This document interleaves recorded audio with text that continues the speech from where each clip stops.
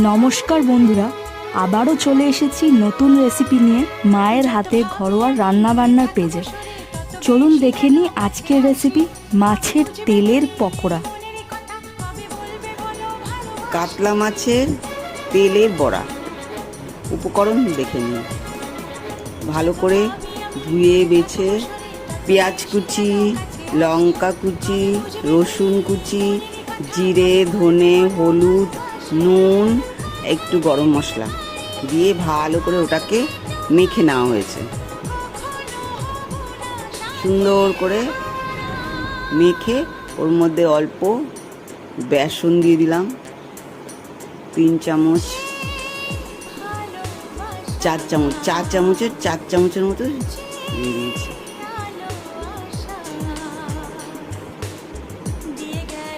একটু কালো জিরে দিয়ে দিলাম, খুব সুন্দর লাগে।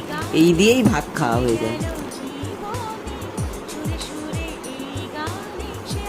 আর গরম অবস্থায় খেতে হবে, না হলে ভালো লাগবে হ্যাঁ, না। গরম অবস্থায় না খেলে তো জমে যাবে আবার। এবার হাত দিয়ে ভালো করে মেখে নিচ্ছি।